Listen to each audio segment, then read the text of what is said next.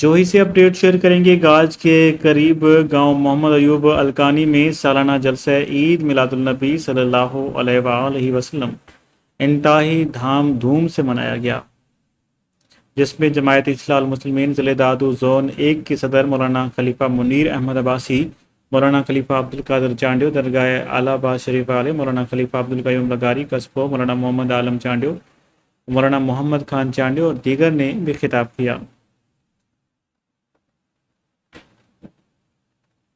گاؤں کی نیک مرد محمد ایوب الکانی طاہری نے سب کا شکریہ ادا کیا۔ مقررین نے خصوصی خطاب کرتے ہوئے کہا کہ حضور کریم صلی اللہ علیہ وآلہ وسلم کی آمد مبارک سے ہر طرف نور پھیل گیا، کفر اور باطل رسومات کا خاتمہ کر دیا گیا۔